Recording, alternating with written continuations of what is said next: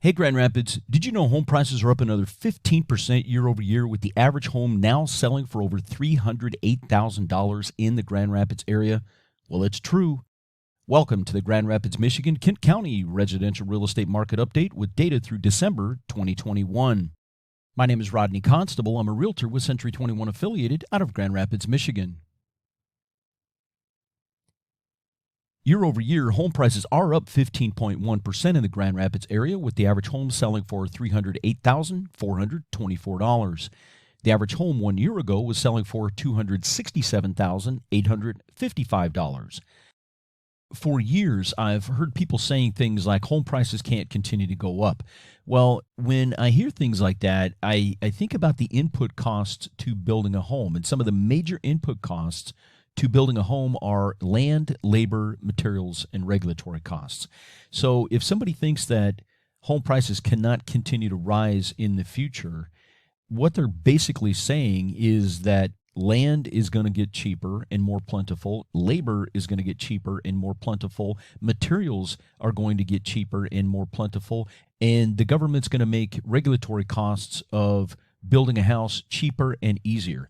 And guys, when we just think about these four input costs, land, labor, materials, and regulatory costs, do we really think that any of these input costs to building a home are going to fall in the future?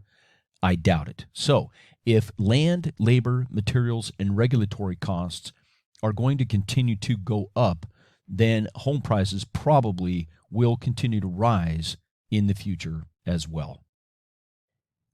The average home is selling after being on the market for just 14 days. Now, when we compare that to the inventory of unsold homes, those homes have been on the market for an average of 93 days.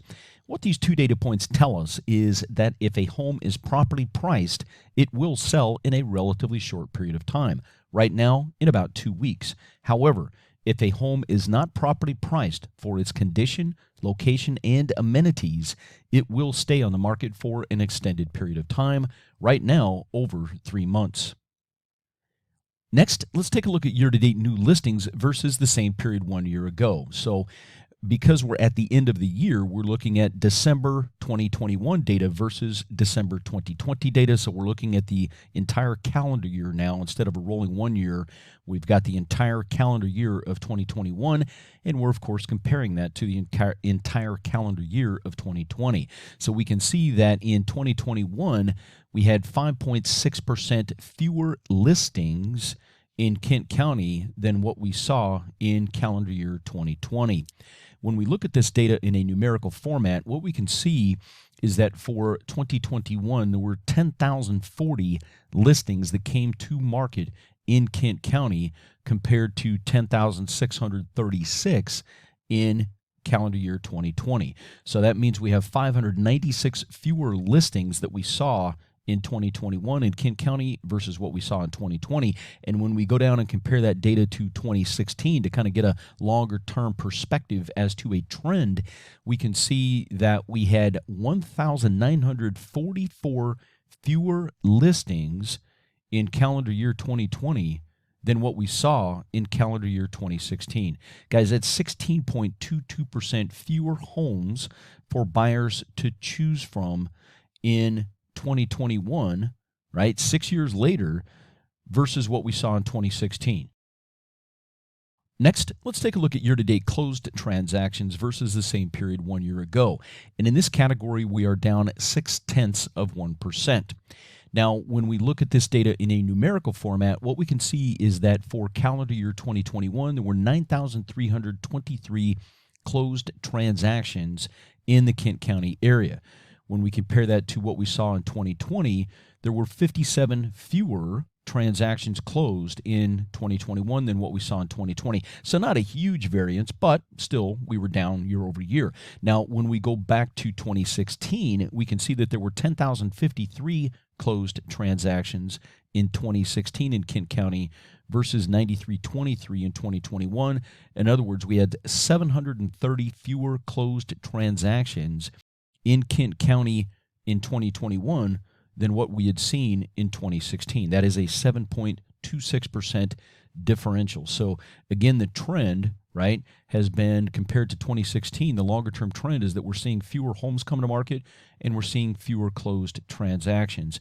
Now, obviously, some of this is going to be because of the pandemic over the last couple of years. So that's definitely going to be part of what's happening here. But there's just been a reduction in inventory, and we'll talk more about that towards the tail end of the video. So please stay with the entire video because this will be extremely educational for you. And because I do throw a lot of data at you in a very short period of time, I would encourage you to watch this video numerous times so that you understand it.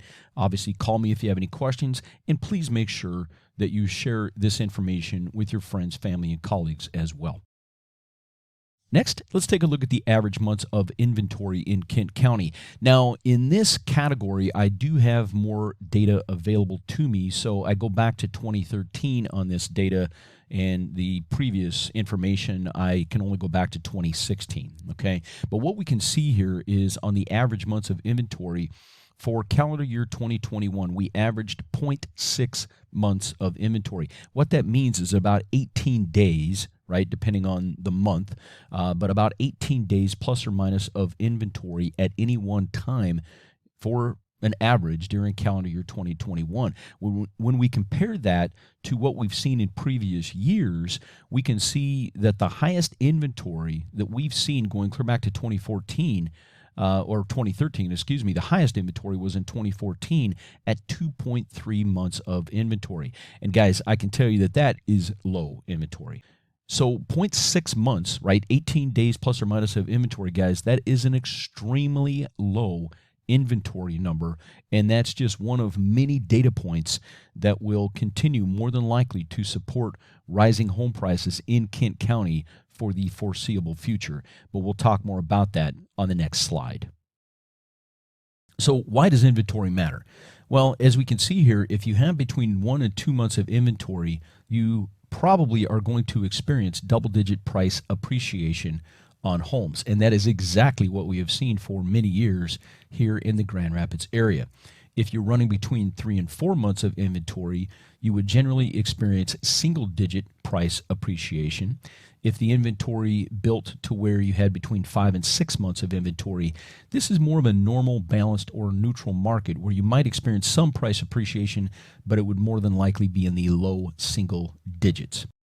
And if you're under 5 to 6 months of inventory, this is considered a seller's market, and that's exactly what we have seen for many years here in Grand Rapids. If you're over 6 months of inventory, this is considered a buyer's market. And if your inventory built to between 7 and 8 months, that's when you would most likely experience single-digit price depreciation.